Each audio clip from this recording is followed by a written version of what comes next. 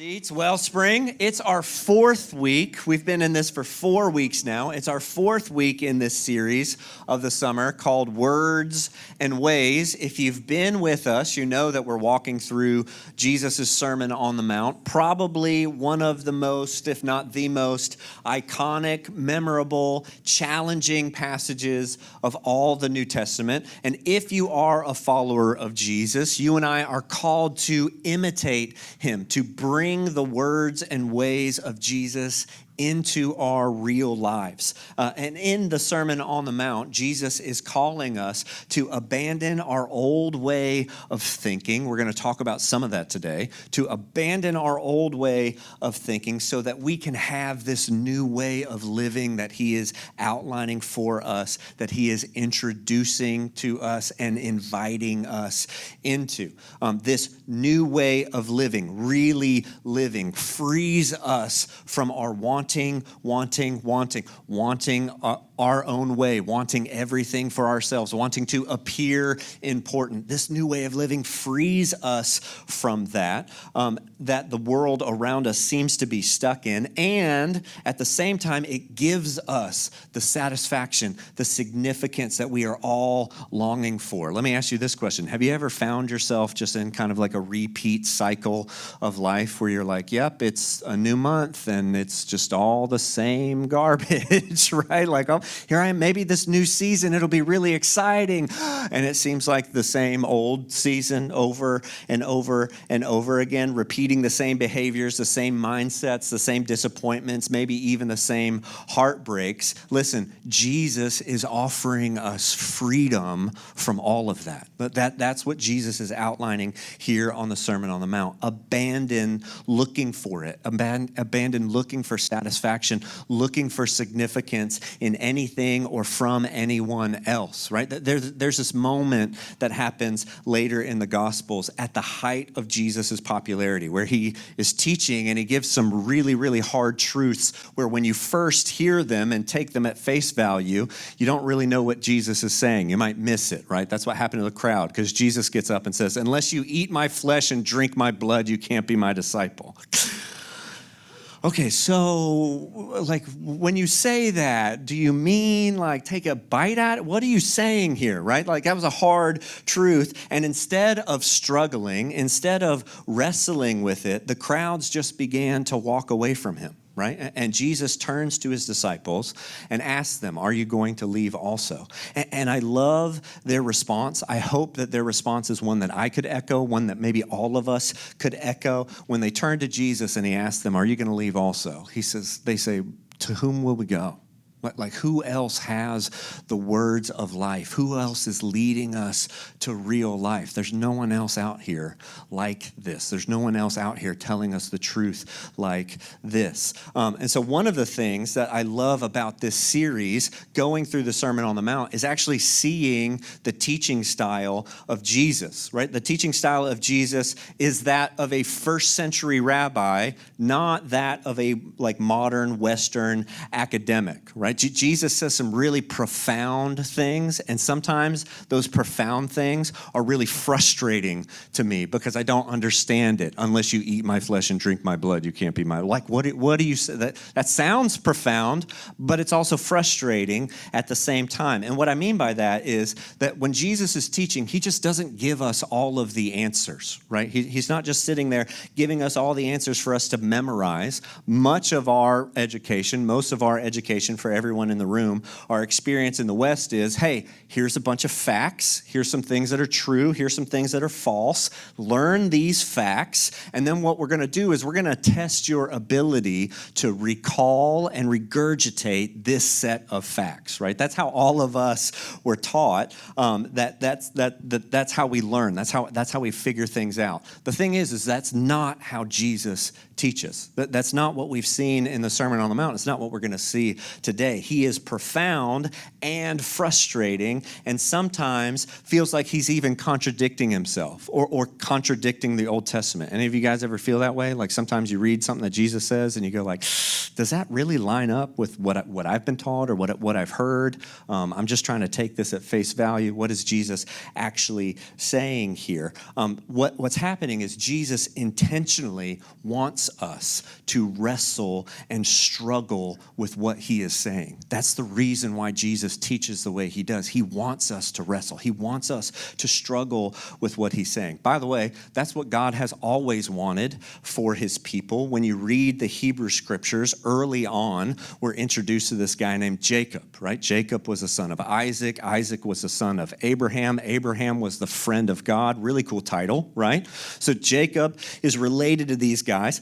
And there's a story where one night he's on his way to see his twin brother Esau. He hasn't seen him in a really long time. That's a long story that we can get involved in another time. But he hasn't seen his brother Esau in quite a while. He's kind of scared that he might kill him. So what he does is he takes his family and everything that he has, and he has them cross a river. And while he's on the other side of a river, something really interesting happens. You can read the story for yourself in Genesis 32.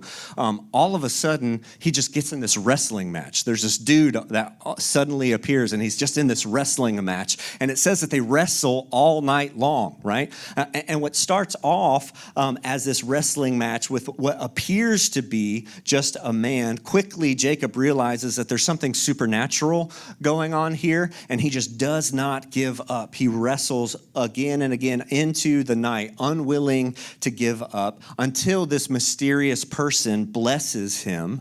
And that's when it's revealed in the story that this mysterious person he had been wrestling with all along was God in the flesh, right?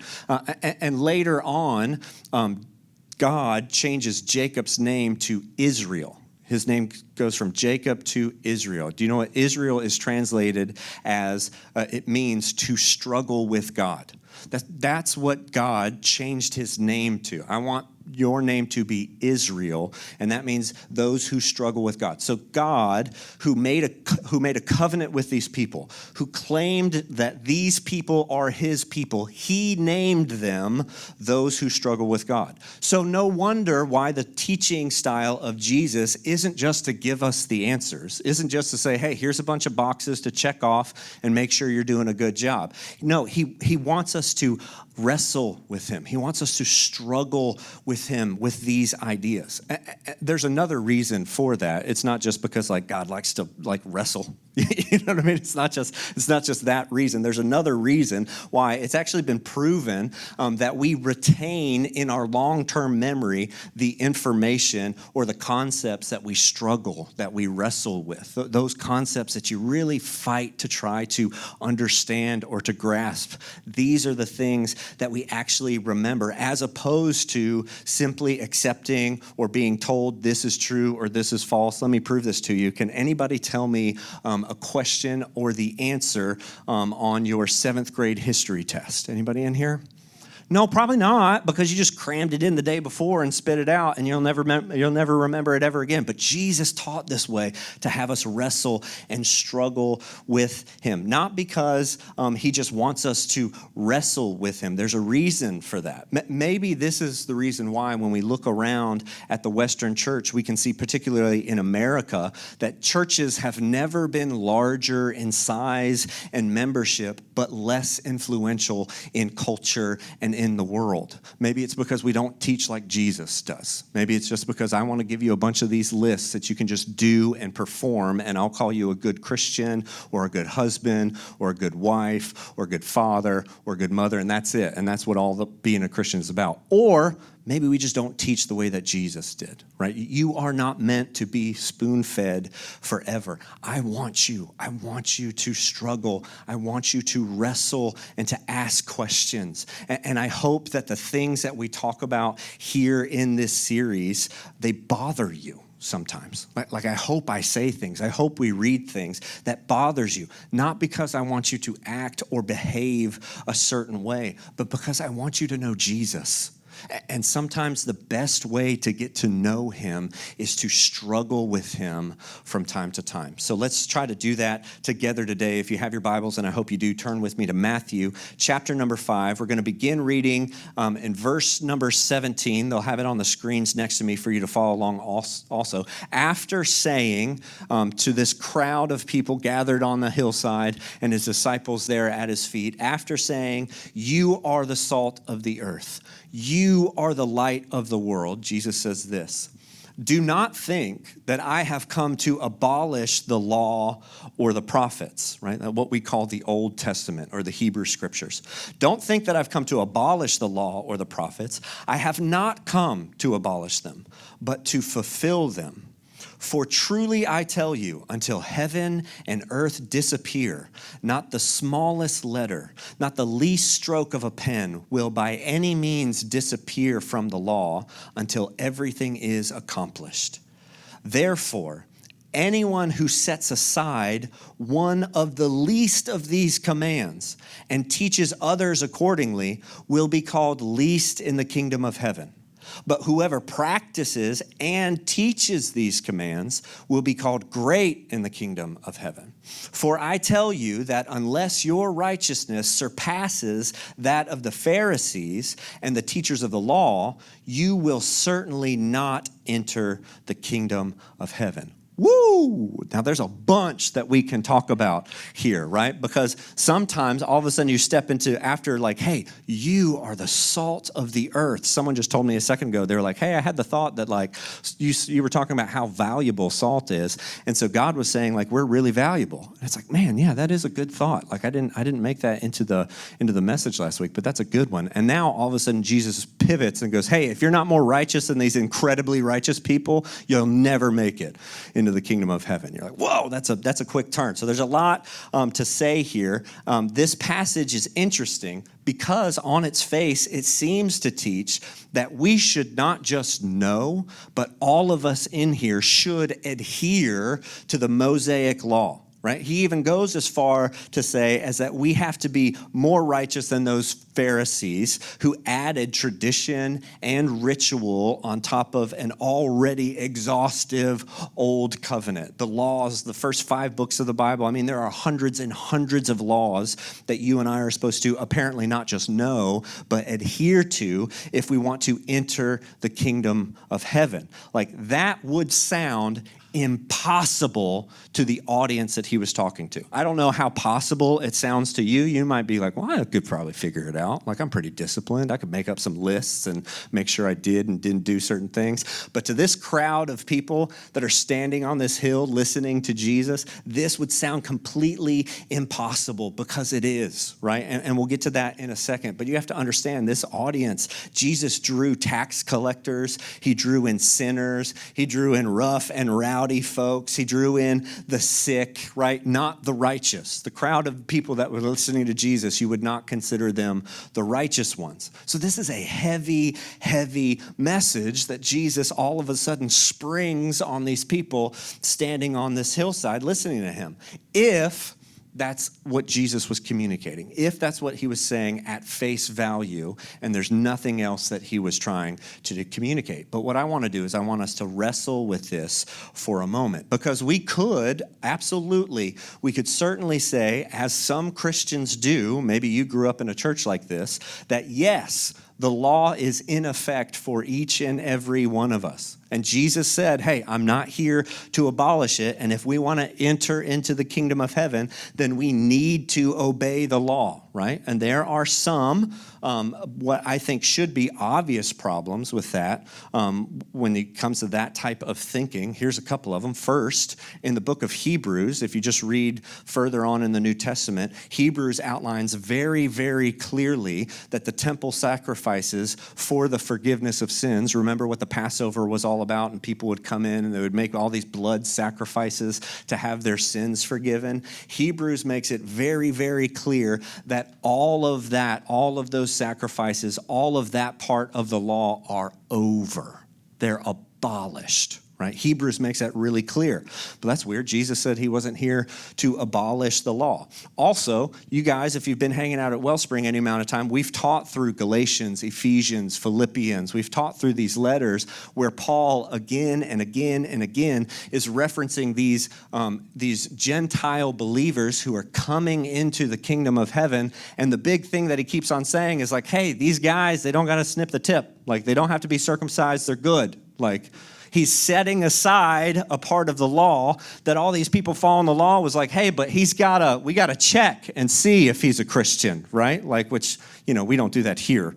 But like, that's what it was all about. But Paul was setting aside a part of the law, and Jesus said like, hey, you can't set aside even the least part of the law here. Peter, in the same way, when you read the book of Acts, he sets aside all the dietary restrictions that are outlined in the book of Leviticus, what you can eat, what you can't eat. He sets aside all of that so he can go into Macedonia and connect with people and give them the gospel, right? So if we are to take what Jesus is saying on its face, then Peter and Paul are at best least in the kingdom of heaven, and everyone that listened to them, they're not going to make it because their righteousness isn't going to exceed that of the Pharisees, right? If we took on its face that's what he was saying, because they're obligated to follow this law. Not to mention Jesus himself. If you read further along in the Gospels, there's this time where he and his disciples were traveling on the Sabbath, and they just reach into a field and start eating, and the Pharisees freak out, and they go like, hey, they're breaking the Sabbath law. Here's some laws that your disciples, your followers are breaking right in front of everybody. And Jesus says, no, they're not.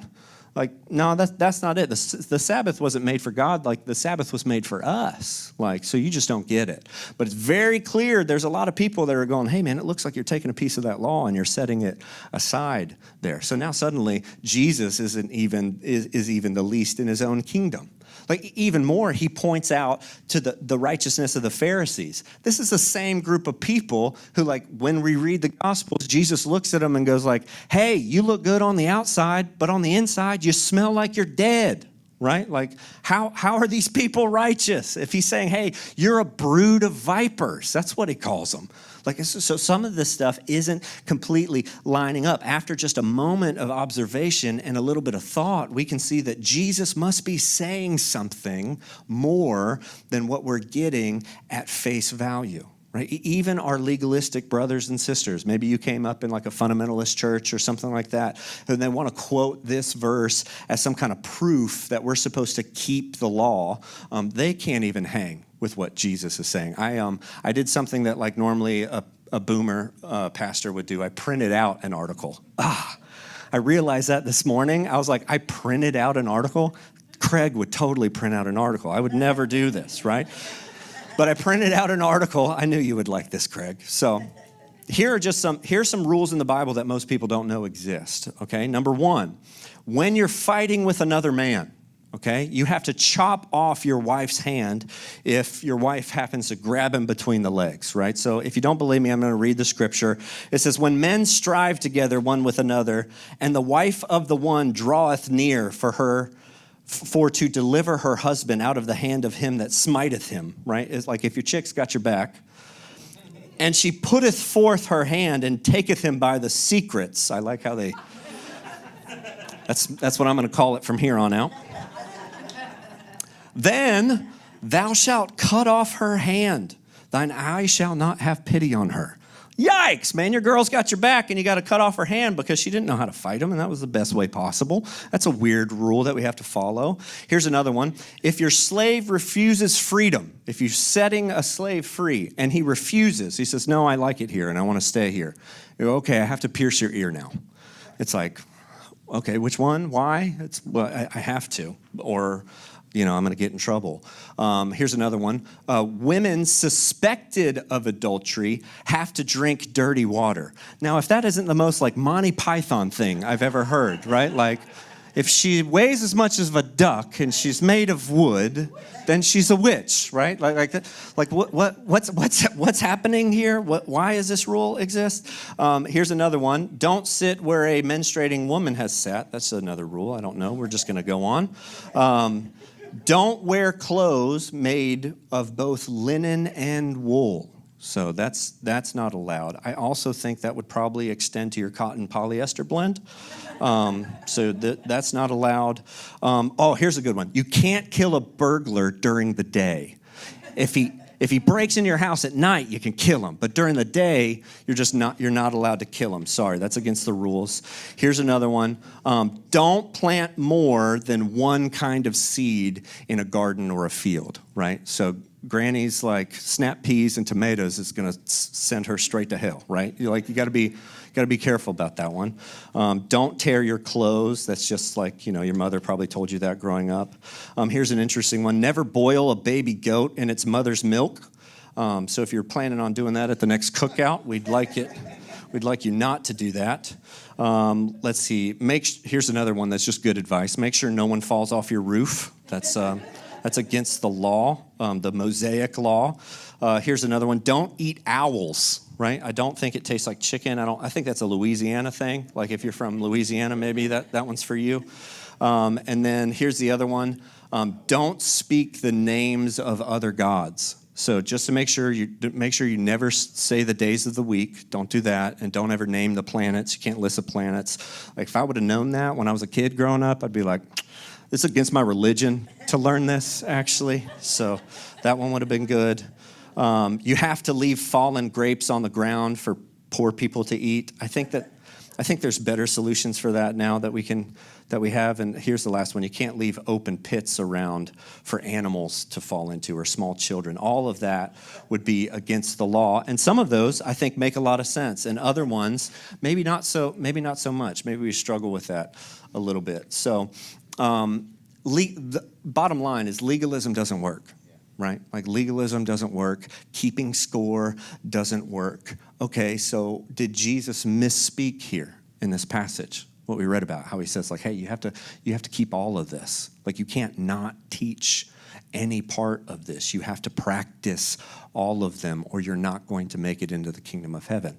Did Jesus misspeak here? Should we lose confidence in the words of Jesus, or maybe the accuracy of the gospel records? That's the conclusion that some people make. I'm going to tell you right now, no, we should not. We should recognize that we are being taught by a first century rabbi who wants us to wrestle, wants us to struggle with the lesson that he is teaching us, right? And so we should ask, in what way does Jesus mean when he says, don't think I've come to abolish the law, I've come to fulfill them? In what way does he mean that?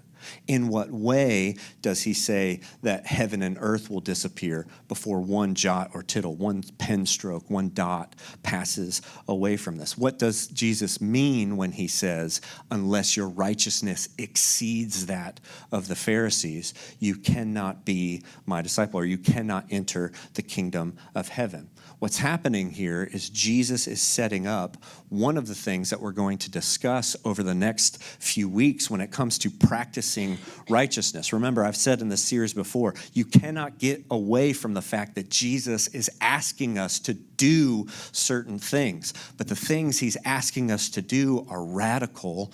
They're not religious, right? And so we're not going to be able to get away from him talking about that, these radical things that Jesus is asking his followers to do. But this passage,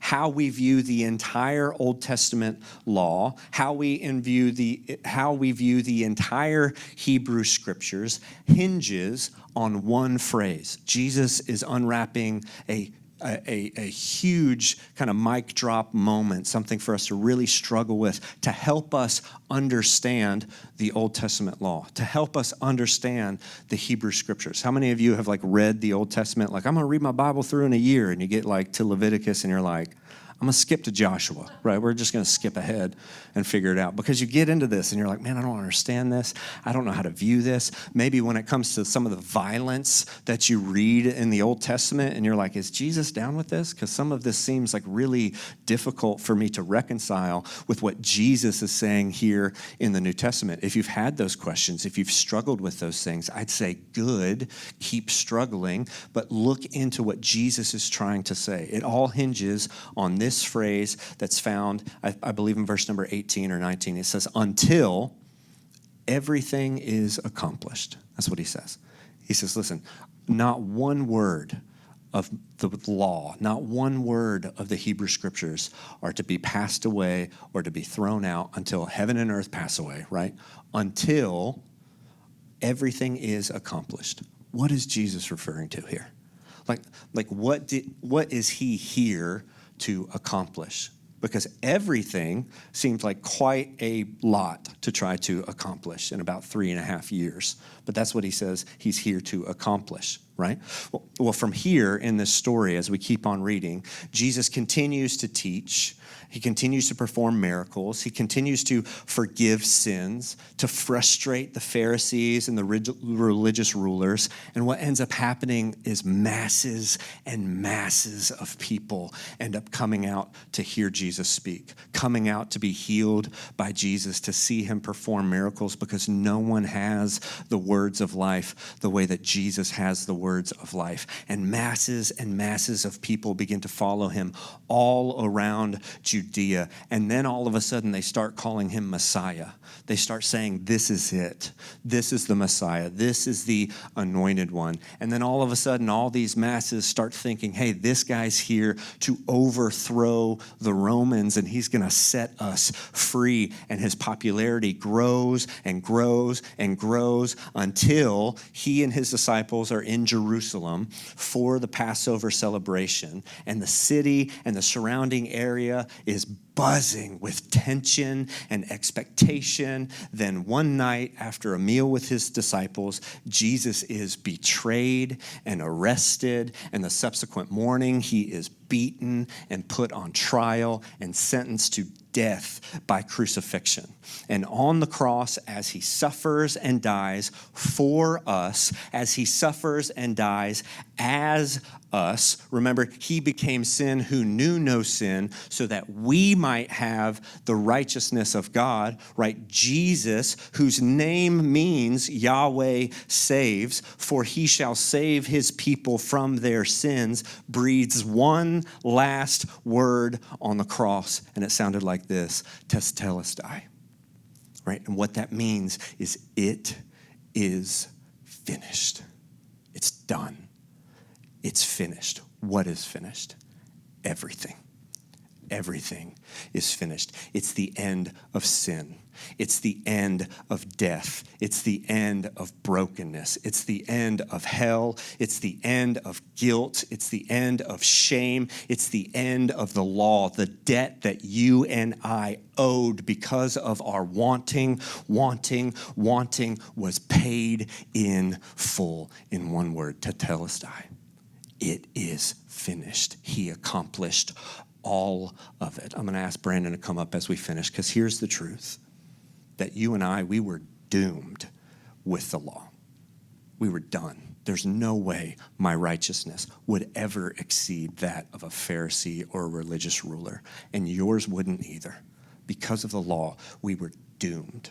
But Christ has set us free, like the freedom that we have. He has set us free. He didn't come to abolish the law. He did one better. He fulfilled it. And here's the truth. Listen, you cannot follow the law of Moses and the gospel of Jesus. Choose one. And I'll tell you what, like, one will lead you to guilt and shame and despair, and the other one will lead you to life and freedom. Like, the law lets us know, man, I'm guilty. Like, I'm not perfect.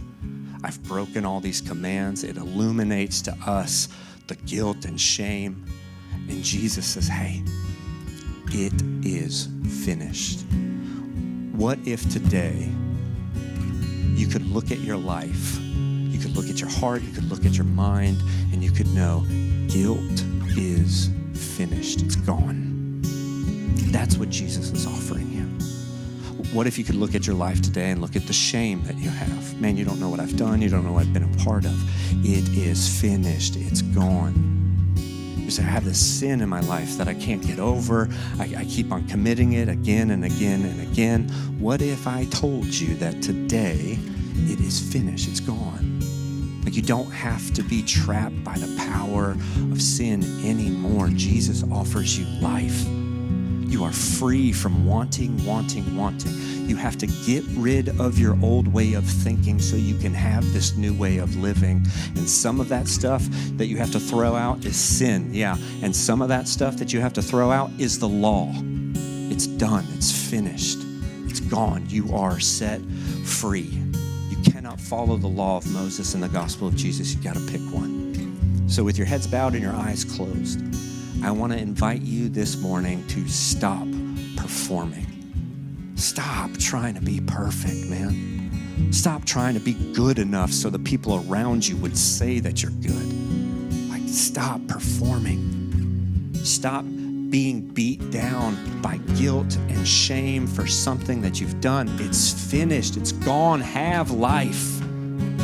He's not hiding it from you. He's inviting you into it. Have satisfaction. Have significance. Hold on to this freedom paid in full. It has been accomplished. Everything that's for you, it's finished.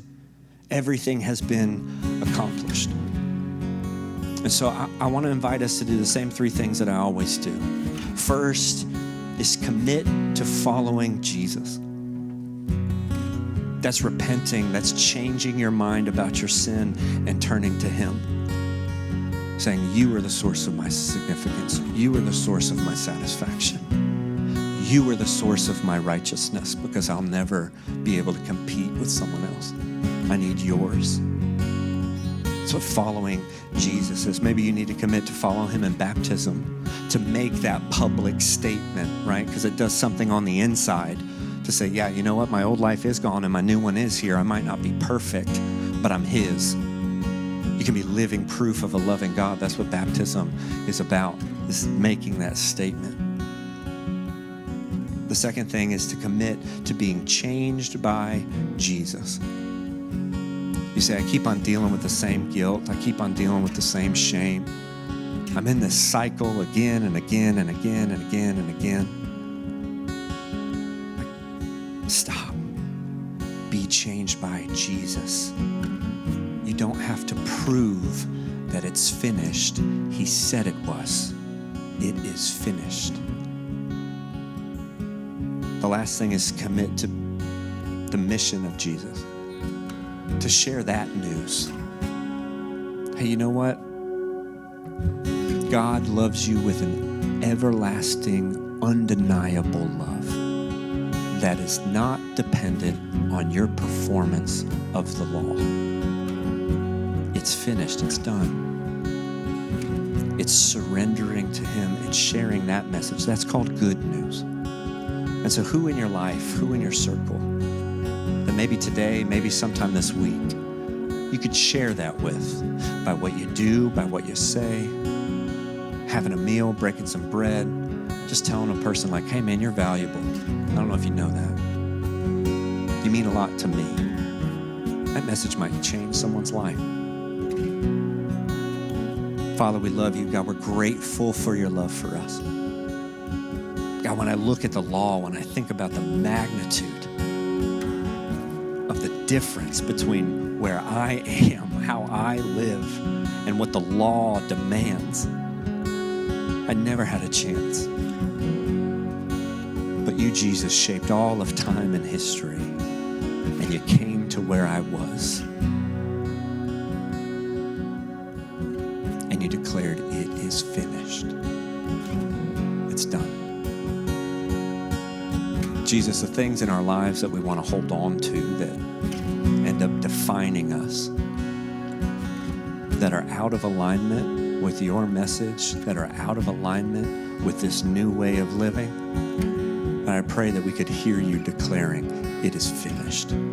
That guilt is finished. That shame is finished. That sin is finished. That cycle is finished.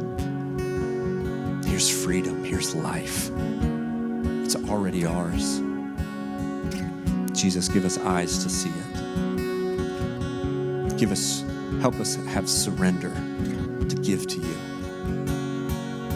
So that we can just enjoy the life that comes from you. We love you. We worship you in Jesus' name. Amen and amen. You guys stand and worship with me.